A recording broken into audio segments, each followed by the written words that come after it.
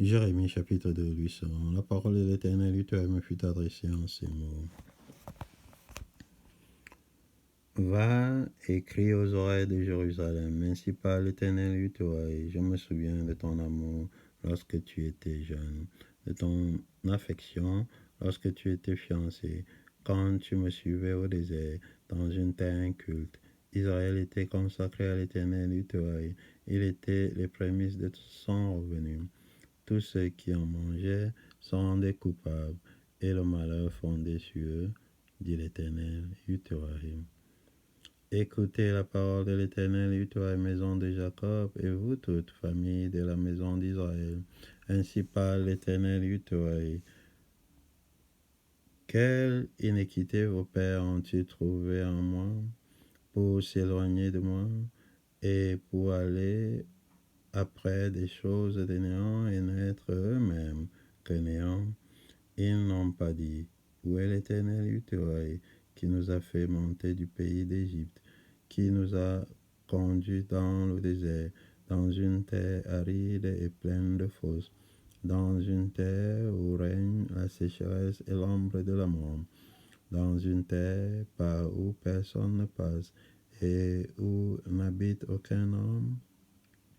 Je vous ai fait venir dans un pays semblable à un verger pour que vous en mangiez les fruits et les meilleures productions.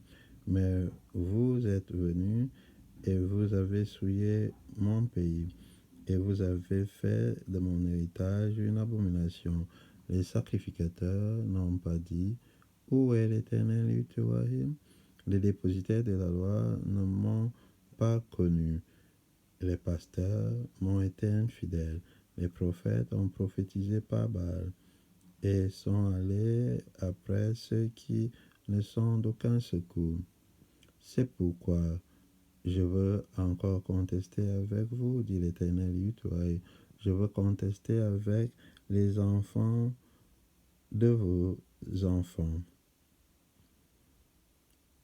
Passez aux îles de Kittim et regardez, envoyez à Kedar, observez bien et regardez s'il y a rien de semblable. Y a-t-il une nation qui change ses dieux, quoiqu'il ne soit pas des dieux? Et mon peuple a changé sa gloire contre ce qui n'est d'aucun secours. Cieux, soyez étonnés de cela, frémissez d'épouvante et d'horreur, dit l'Éternel Yahweh. Car mon peuple a commis un double péché, et ils m'ont abandonné, moi qui suis une source d'eau vive, pour se creuser des citernes crevassées qui ne retiennent pas l'eau. Israël est-il un esclave acheté ou né dans la maison? Pourquoi donc devient-il une proie? Contre lui, les lionceaux rugissent, poussent leurs cris, et ils ravagent son pays. Ses villes sont brûlées, et il n'y a plus d'habitants.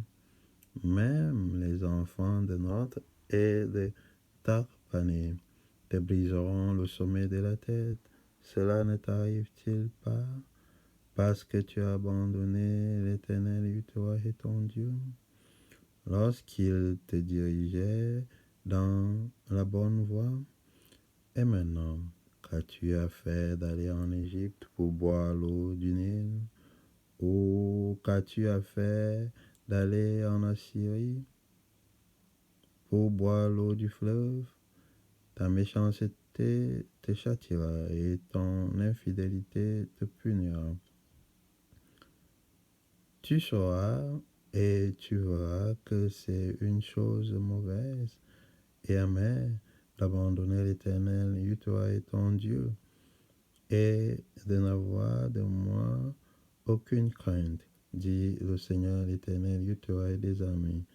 Tu as dès longtemps brisé ton joug, rompu tes liens, et tu as dit, je ne veux plus être dans la servitude, mais sur toute colline élevée et sous tout arbre vert, tu t'es courbé comme une prostituée.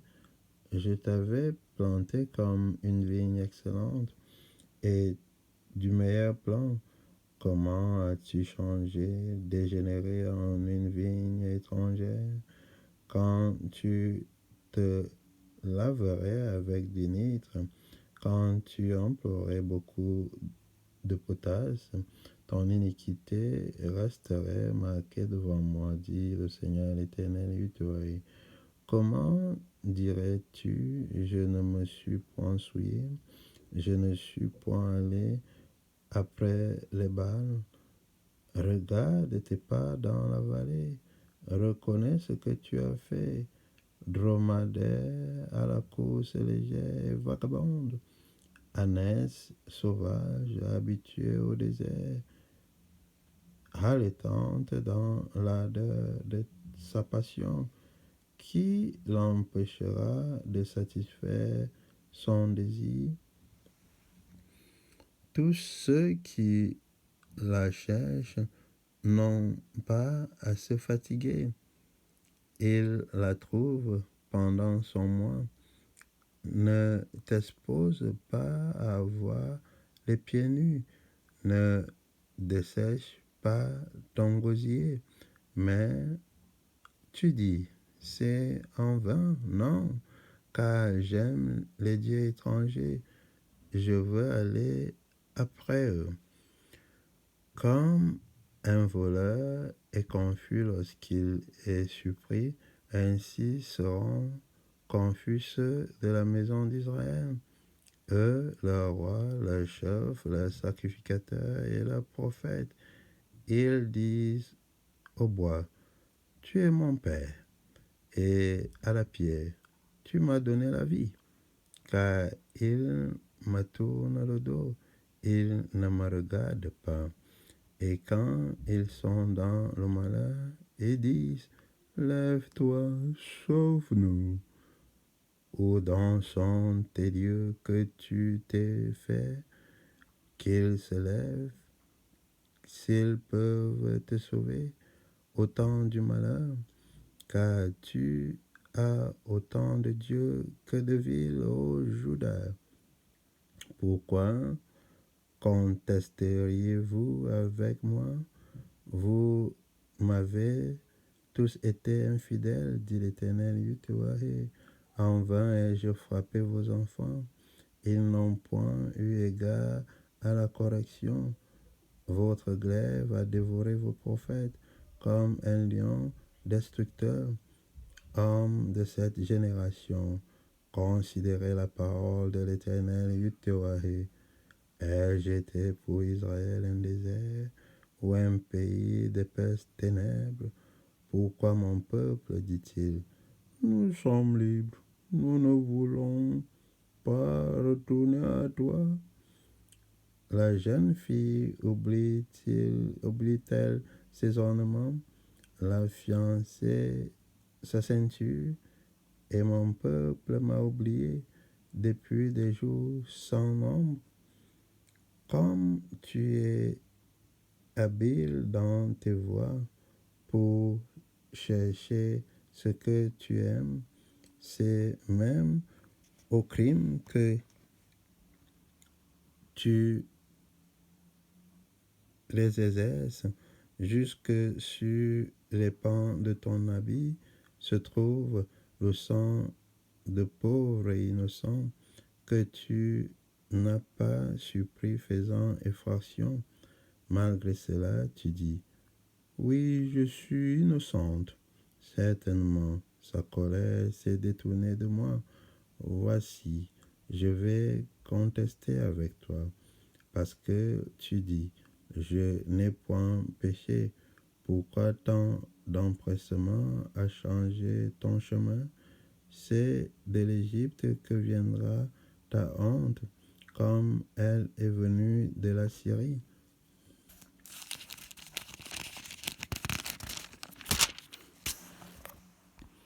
De là aussi, tu sortiras les mains sur la tête, car l'Éternel Yahweh rejette ceux en qui tu te confies. et tu ne réussiras pas auprès d'eux.